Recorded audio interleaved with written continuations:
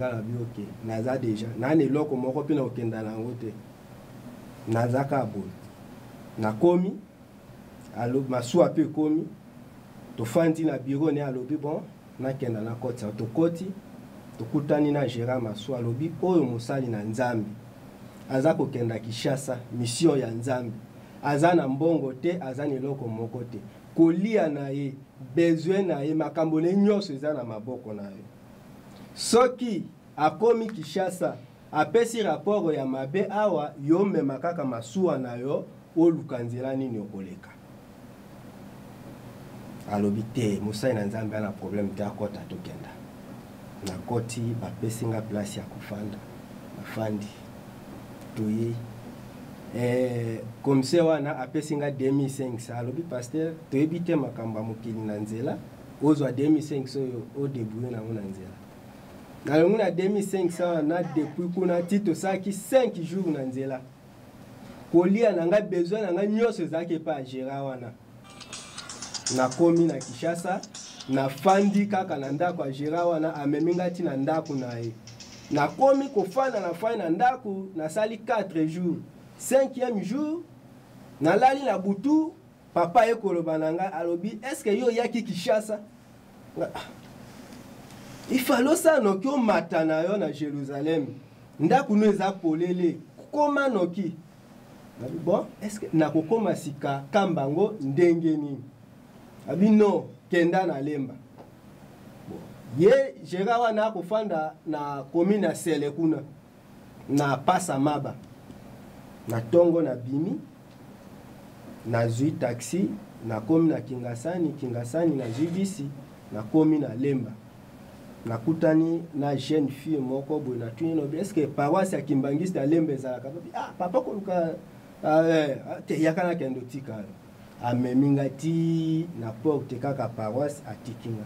na koti na tuni pasteur mutu na ko tuna pe pasteur kaka yewana to koti na bureau to bondeli esili na zui ba mikanda na ngai na présenter na pesi nyonso atangi ti asilisi pasteur mais oni nga bino na ngina kenda kamba ngo kenda kamba kosani na expliquer na ebisie abi wana ezali ka moko ifoto sala ngo nokipo okoma kuna asale nga Kimbangi na komi na Bongolo représentant ya mbinga ya sali pe Kimbangi na zui Kimbangi na komi na centre awa pona kenela bo naza na mbongo te na kokoma ndenge nini era na komi na centre kokoma kaka na komi na centre na tuni bi na kuti bisi moko batu baza na se na biloko balingi bakenda na komi na tuni awa kamba ba ofuta komba bo $10 aller retour soko za $15 opesi na maboko na 2500 mais na kozwa $10 wapi wabi no soki 2500 luka mwa ba camion ya minene na ba 2000 ba kozwa yo kokenda na bimi po kinala ba camion minene na ukana sima ba benga pasteur wa yebinga na no ba pasteur awa peza centre ya Kimbangiste ba pasteur baze bele ba obengisa na mo pe mutu ango ya na ko kipete alandinga abi me ba kozela yo na nani na zongi sima na komi na biso no mata tokozela kaka yo mata po tokenda to na mata na mbongo te na mwa na mati na monika ye mutu alandaki abengisaki ngai ake asombi mapa misato de boîte ya sardine na mai de chasser à mai à 100 francs na 500 francs simsinga ya maboko alobi awa tiko koma kuna po sala nango nini na nzela mutu ango boyebani na yebi yete kaka na centre asomelo mapa asombelinga na mai mema na nzela polia olia na nzela na mati komataka ngana donc mutu amataki ni na bisi te ka komatanga na mati na bisi bato nyonso bazalaki libanda na biloko na bango bakoti na bisi kokota bakoti na bisi to démarrer pe toke to tito komi kamba na ba 7h to komi na kamba na entrée babimisi or bazaka na manifeste ngana ebite babimisi manifeste balakisi babengi manifeste sili nga donc awa nde na ekosambwa namona ka chauffeur abi mais non pasteur yo leka yo zana manifeste te yo zana problème mosusu leka na eko leka na koti tokomi na premier poste chauffeur aye kopesa ngai chasse ya viva alobi no koli na yo bapesa basimbisaki na ngai soki tokomi awa napesa yo donc koli wana na kati ezalaki na chasse ya sucre ezalaki na 10 pain ya kanga journée na bleba na kati na boîte moko ya lait na kati o koli no bapesa isi tokomi awa ke topesa yo koli oyo apesi nga no bapesa eka na centre ke isi tokomi awa topesa donc bakopesela yango na nkamba nazwi mpe kaka chasse wana na biloko nyonso na kati mboka mpe nayebi te nakobandela ndenge nini nakobima ndenge nini namoni ka surveillant moko papa oza mpanga abi oui naza mpaya ça c'est la toute première fois nakota awa ayebo sava yaka ok amemi ngai na poste 4 nalakisi kimbangi esili bamemi ngai na poste mosusu wana esili bamemi ngai na service ya protocole na service ya protocole kuna nakutaki bato bazalaki ebele na service ya protocole déjà protocole bandi kobaki awa baplace ya kovandisa bato ezali te protocole mtaza koloba aza ko place ya kofandisa bato ezali te mais soki oye otiki kaka kimbangi na yo obimi yo moko odebouye na ndenge na yo nabi ngai na kamba nayebani te nazaki nakodebouye nakobanda ndenge nini mpe nakosuka ndenge nini na mboko ngai nayebi te bon ça va na telemi bon nazongisa kaka kimbangi na ngai nakende kaka kofanda ka place nini ya kofanda na telemi ka boye nangi nabaluka boye nayoki papa wana ya protocole abengisi nga bi papa yo moto oza na nsima kuna kota nakoti nakopesa kimbangi nazwi kimbangi napesi ye alobi bokenda na poste 4 fanda wana ozela biso wana nake nafandi komi ba 13h namoni batindi surveillant moko aye abi bo papa tokenda mupaya ana ezoba place nyonso baza komema oza kokenda kaka nayebi mpe na ngai position ya mboka te nafandi kaka boye na chasse ya biloko oyo bamemelaki ngai nayebi mpe moto amemeli ngai te nasaki na ngai moke do nakendaki mpe depuis mpe nde nautaka Équateur nayaka mpe na eloko te nabimisaka mpe na eloko moko te nayaka kaka boye nalandi mpe ye tokei tomati ngomba tokiti tomati ngomba tobimi premier poste tokei na mitini tolali na tongo tokei kilte matinal tokoti tobimi tosali honneur esili toye kopesa papa mbote esili bato baleki ngai nakomi napesi papa mbote papa bandi koseka ngai alobi na surveillant kezwelanga moto oyo fandisa ye kuna wana papa Simo Kimbango kiangani abizwa moto oyo fandisa ye kuna bazwi mpe ngai bafandisi ngai kuna papa asali bambote esili akoti na ndako basurveillant bazwi ngai bakoti ngai na payoti mupaya nayebi likambo moko te naza komona kaka ndenge aka leka boye naleki zonga boye nazongi nakei navandi na payoti papa ye akoti bakotisi ngai na papa biso mibale papa alobi oyokaki ndenge nini ngai nabi papa wana ye mtatuni papa atuni ngai oyokaki ndenge nini ngai nabi papa nayokaki olobi na ngai ke naza libanda ifala abi bozali ebele alobi bozali ebele po te bilaka esili kokoka tokomi na triage bana satana bakokenda boyo ya nzambe baza kokota kasi na moma oyo bino boyo bozali yanga na bolinga te na tika bino libanda ifale bokota bosala mosala oyo munene oyo ezali ya bino esengeli bosala yango kasi na mikolo oyo toza na yo awa panda 3 semaines bongo soki ngai moko mikolo ekoki na kolibere yo kenda fanda wana makambo nyonso eza nango kobanga eloko moko te awa oza mpaya te oza na mboka na yo moko osi okoti na ndako na yo yeba lukolo za na kubanga te ezala nani akokoka te po so koti na ndako zalaki libanda comme batu bazalaka ebele abimisinga bino nalingai ka napesa yo mbote nayebisa yo kasi masolo yanga na yo ezaka ka biso mibale tokosola mokolo oyo nakobengisa yo nazongi na fandi na site 3 semaines ya solo papa avo continuer nga na lingaki mingi na balandi na biso émission bazali kolanda biso na meka mwa moke ko répéter liloba wana o papa alobi ezali ya mutuya alobi ete ya solo ndenge oyawa donc tango na yo ekoki nazali kobenga bana na ngai ebele bazali libanda bazali kokota parce que na lingi nazala na bango elongo basala musala na ngai kasi mingo bazali na kati bazali kobima bakende parce que bazali bana na ngai te donc bana na ye bazali koya ya solo bana émission na biso bazali kolanda ya solo mingi bazali kolobela likamulelo ya papa Simon Kimbangu Kiangani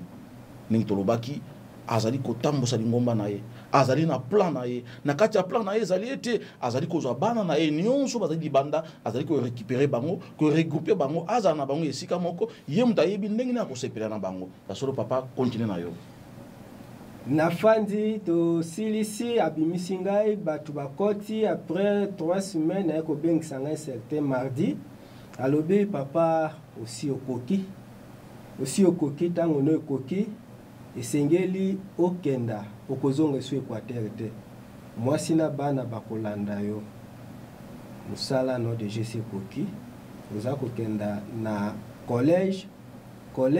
akoyeba koorienter yo po banda malongi pe ozwa bateme pe obanda ozongela nga lisusu awa obanda misala na yo aye kobengisa bibo kami oyo ya afiki soki komi kobima na kotia na kati obima okoma na bongolo donc soki toza koloba bandeko baza kolanda ngai papa azali molimo mosantu po ngai nasali théologie nasali pendant 5 ans na théologie nasali 3 ans ya pratique lokola 8 ans oyo nasali ezala philosophie ezala théologie nasali nyonso namoni yango pamba po baza ko compliquer biso tozwaki bakour na bahébreu bagrec bajuif bakopesa biso me baza kondima ata poso moyindo mokolo moko te me lelo oyo ngai namoni na sosoli mpe na koti mpenza na kati na molimo mosantu puisque na acte des apôtres eza kolobela biso na ntina na molimo mosantu po Jésus na ntango akufaki alobaki ere ya zongi tuye atiki biso toza batu toza na poso toza na nzoto ya bomoto eza kati na biso ayebaki ete tokobina bina mingi akokaki kotika biso pamba te sengeli atikela biso mosungi azala kati na biso oyo akoki kogide biso kasi mosungi azali kati na biso me biso toza kososola ye te aza na biso elongo mosungi azali mosungi afandi na biso place moko na kamba papa Simon Kimbangu Kiangani nasali ba recherche na mikolo na uti kamba pe na komi awa nasali ba recherche na komiti epa ya docteur Marini mais baza toujours kozipa baza toujours konyata mais lokola biso déjà boyo tosi to découvrir toyebi yango penya to sosoli ya solo bandeko nanga ba universitaire nyonso o baza kotanga na IP na IPC na IP Bolenge o baza kotanga na Bunia o baza kotanga na bisika nyonso université protestant ezali toza kolekisa tango kaka pamba donc mayele ona nyonso botanga epa ya nzambe za nango bozoba donc nzambe ayebi ba français te ayebi ba anglais te ayebi ba grec te ba hébreu te nyonso toza kobungisa tango pamba mais na niveau na yo révérend pasteur ozo ko kamba 30 de paroisses batebele baza kolanda yo na yebite okoki ko confirmer pe na batu ya solo papa Simon Kimbangu Kiangani yo monaki azali nani papa Simon Kimbangu Kiangani azali molimo mosantu nzambe oyo aza kotambola na biso oyo azali kosala kati na biso bato baza kolanda yo baninga na yo bakomona ozoba te wana déjà bakofinga bakoba licencié en théologie yako puisque pour koma kimbangiste il faut bamonoka kozazoba po ngai moko na finga ki bakimbangiste bakimbangiste bazoba nakomona ke bato nyonso basambelaka na kati ya kimbangiste baza bazoba baza donc visi ya mutu eningana mais lelo oyo ngai lokola na kati bakomona mpe ngai ke visi na ngai eza nini eningana yango wana mpo ke toconfirme yango wana nzambe azali kati na biso mais biso tokoyeba koexploite ezali kati na nzambe te nzambe azali pa na biso banoir naza na témoignage ya professeur moko bandaka kopesa biso aza cours ya eschatologie aza juif aloba na biso na kati auditoire alobi ke bino baafricain boza bazoba boza kokumisa koluka authenticité na bino te authenticité na bino ezali nini puisque oyo ya biso authenticité ezali Yesu Kristo bo authenticité na bino nani alobela biso na kati auditoire docteur Pombo azali présent témoin révérend pasteur Eyale azali même na Kinshasa soki alandi ratelki aza komona nga azabi ke oui mais mwana na biso oyo pasteur na biso ya komi bwendenge nini.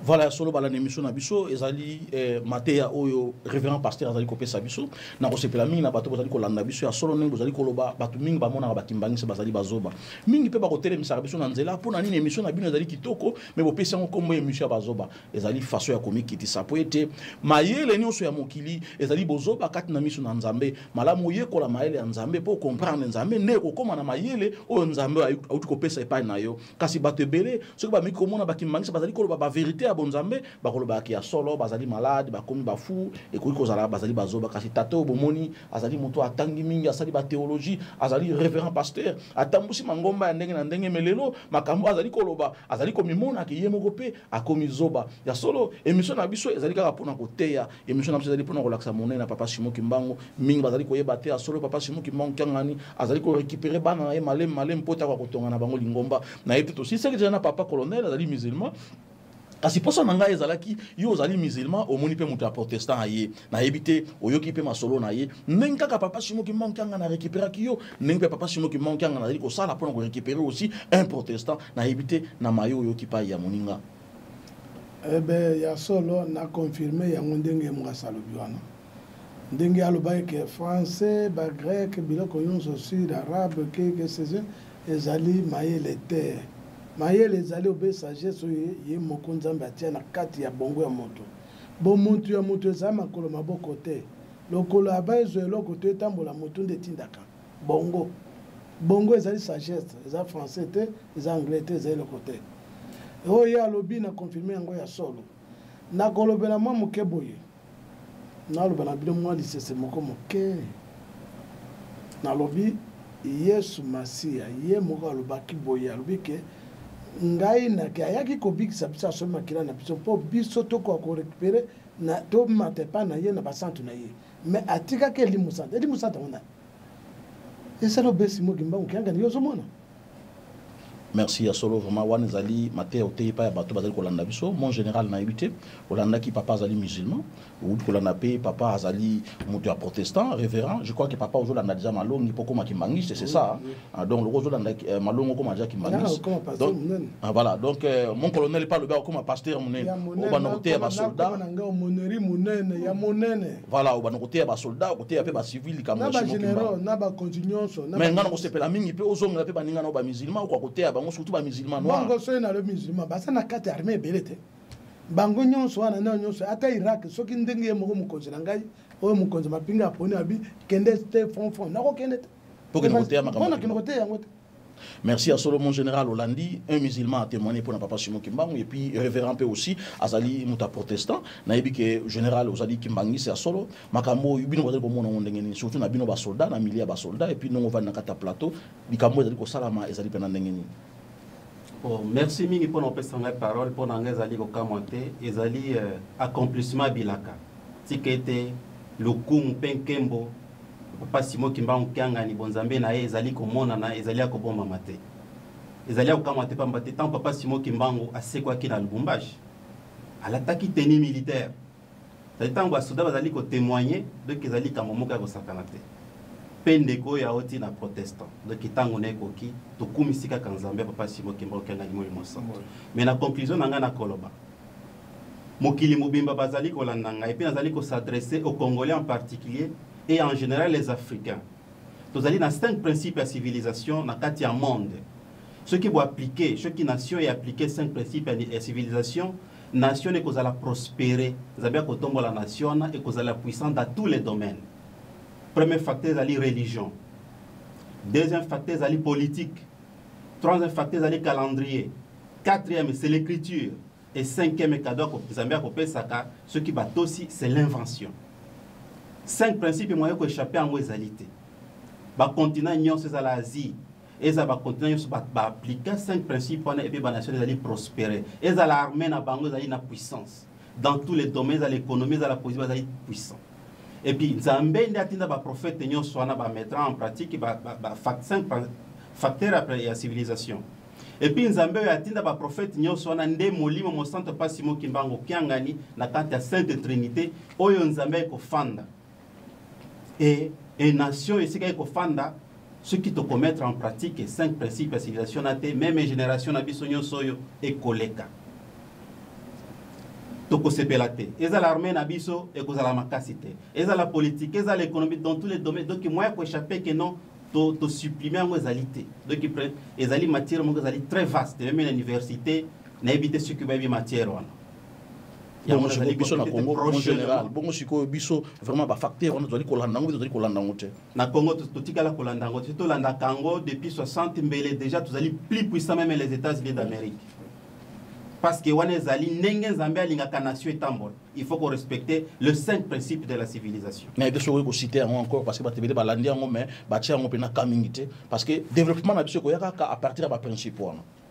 Bon, pour ce beau PCB sautant à niveau il y a des techniciens pour baser ça là-bas signe tout qui copie ça moi. Voilà, il y a solo copie ça en général. Tout allez dans 5 principes de la civilisation dans le monde. Premier facteur c'est la religion. Religion est représentée par un prophète de Dieu. Prophète on a ya solo la kananzambe. Donc il y a la première position. Deuxième facteur c'est la politique. Donc politique est après religion. Religion est représentée par prophète nzambe atinda na kati ya nation. Et ceux qui viennent les politiciens vont respecter prophète wana, vont mettre en pratique oyo azali kopesa oyo zetu epé ya tata nzambe nation est kozala prospère et kotombwa dans tous les domaines. Troisième facteur, c'est le calendrier. Chaque nation va aller dans le calendrier. Dès qu'on a un yaoti, azali musulman, va aller dans le calendrier, ou va aller dépendre de la Mecque. Au balandaka, bakoti Ramadan na bango, azali ko dépendre na Mecque, kuna calendrier na bango, prophète Mahomet atika. Troisième facteur, c'est l'écriture. Écriture, c'est l'inspiration divine. Et c'est même identité. Il y a chaque nation. Et 4 facteurs, et 5 facteurs, ils ont cadeau à Bananangai, Batosi, Moussali, Natinda qui prophète Natinda qui parce que souci en Zambé ou te bandeli à Mokili, Zambé a la posa atambwisa Mokili. Kasi lokola Satan kwa na kati ya Mokili a domina ba conseiller sur batika la koto sa ba prophète à temps Zambé. Mais souci en Zambé da atambwisa Mokili. Parce qu'il y a na kati ya Mokili ali kotinda batu ya ndenge na ndenge. De sengeli politique et comme matata nzambe et cadeau ezali invention classe ya basava ezalité si yo tembele na ba noir pe basava parce que mbongo ezana ba noir bazana mbongo ebele akotinda mwana asa la classe ya basava mais ça basava ezali don nzambe akopesaka olali pongi nzambe ezali ko l'accès onyo ezali ko kama mondela ezali ko sala un cas ezali cadeau. Voilà les 5 principes à civilisation. Voilà, solo merci mon général. Bato bolandi biso vraiment solo 5 principes à civilisation nenga out kotanga yango wana ezali na kati ya ba posonyo surtout nzambe asala pe na ba continent surtout mais biso bato mwindu tozana ba principe on a te na ebité mon général. Oui nangina bakisa. Ezala bazi kuna nyoso kuna. Ezala na Amérique, ezala na Occident bisika nyoso kuna. Nzambe atinda ba prophète. Mais oya atinda ba prophète nde molimo mon centre. Yem tatinda ba prophète. Yende atinda. Et ba nation na lokola bato sa bazali prospérer armée na bango zali makasi économie na makasi pi bazali ko coloniser Afrique parce que biso to bunga nzela to na kati ya zamba et bien depuis to kina na zamba to lingata ko zonga te to zonga na nzela pour to continuer. Et combien de fois et si kaya ko fanda libela na kati ya bato loko ezali promesse ya molio mo santo et nation oyo et si kaya ko fanda continuer c'est ko fanda ezala na kimia pendant que batika jamais commettre en pratique les 5 principes de la civilisation de bâtir ne sika na jamais. On ezali koloba mutu moko te contredire aux à l'université aux à la mondele aux à la continent nini na kasi message ke na mokili mobima. Moi, que devient, vous avez été que vous mettre 4 facteurs, 3 facteurs, vous supprimer négatifs. Par exemple, au monde arabe, religion est dirigée par les musulmans. Coran na bangwana, et c'est ça la constitution. Et si vous avez mi beko bakoti ya mi beko ezo kotambu isamboka, bakoloba par exemple, masanga ki ko salema na mboko yote. Ezali constitution. Pour mi beko ya Coran le binema. Beko Coran le bi, Corona prophète Nzambe ne atinda. Lokola région na première position. Donc to ba ke mi beko Nzambe ezali kotambusa mi beko ya mboka. Ezali kotambusa mi beko ya mboka. Mais izina masanga ekoki sala kuna pete. Mais masanga ezali pona ba étranger oyo ba oti na ba continent mosu ezali biloko na bango. Bati ba magasin okene ko somba mais moi na mboka ezali mobeko. Ceux qui ba monio pe mbano ya makasi ezali. Constitution ezali koloba mwana mwasi akolata bilamba mokusete. Parce que komona na monde na bité na likiba bo ba arabe be ba indie ba port rouge na beauté. Komona mwana mwasi suki tikuna me bilamba bandi na mututi ekiti, c'est la constitution. Surtout que na Afghanistan kuna kutubasi elonge komona na konte. Et komona na tezali mibeko. Et si kanini constitution ezali koloba so comme airboy ezali air ya losambo. Ezala soda zali na bitumba na erwana ifo munduke fanda kimia azali kosolola na nzambe ndima ba kokato kingo wana me okata mabondelite meme na biso bakimbangi soki kaka tata nzambe ya mekatani akimi me na arabe okobumele wana azali kosolola na nzambe ezali constitution oya nini banganga nzambe batimi beko donc Coran ba appliquer yango comme constitution. Donc bati Nzambe na première position. C'est pour ces deux bazali puissants. Même les Américains ba qui pas bonder ça va démonter et puis ceux qui ba comme anéantir c'est grâce parce que na kati na bango boke seni so yaki. Kuna ba chiite, kuna ba sinite alors force on est diminuée.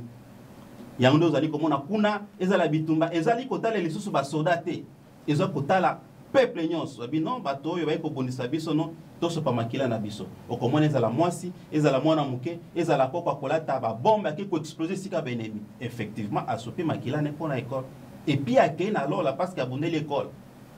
mais biso ezali wanini a itali kaka ba soda ozo pa tozali affaibli tozali penza coloniser dans tous les domaines politique ezali importé écriture importée ba religion yo sont importée. Ma camus allait porter comment n'est-ce qu'on s'en sortir. Même calendrier aussi. Même calendrier, tout ça qu'on a calendrier na banque. Nous tous avons une colonisation. Et c'est ce qu'on mettre en pratique. Vous avez vision, vous avez démarré en 60 après l'indépendance. Ce qui premier président, na côté na politique c'est l'histoire de notre pays. Ce qui a appliqué à Kamala Wapa Fumalongo et directement, vous allez constater les 3 cas d'invention. Et le coup les ali bilaka et constater les melaga nengwa. Voilà, on a pesa comme point pour souligner pour la civilisation. Voilà, merci vraiment Yasolo. Merci Ming vraiment mon général. Matéo Tei, Batebele, Balanio, surtout chercher Rebelo, Badali Kolanda. Il faut comprendre qu'il y a solo vraiment civilisation à Bissot. Vous allez vraiment avoir un problème et Bélo, vous allez encore coloniser, mais rien n'est perdu parce que non, tu koloba. Tu as quitté démarré à partir de 1960. Mais les lots, papa Simon Kimba, on kanga ni ning to lobby était à lobby était ngana iko kokisa, makamo papa batikaki. Donc cela veut dire azali ko construire nation oyo de façon que batu to ko koyeba, to ko comme appel na invention na Bissot, to ko comme appel na calendrier déjà tu as une écriture écriture mandombe lingoma moko te déjà une écriture déjà na olobaki likamba calendrier mais les autres déjà une invention comme déjà na calendrier qui mbangi ces alio bazali ko benga soki ki mbangu muna na ebite ngana zali mandombi c'était no azali ko benga ngo ki mbangu muna donc ezali biloko papa Simon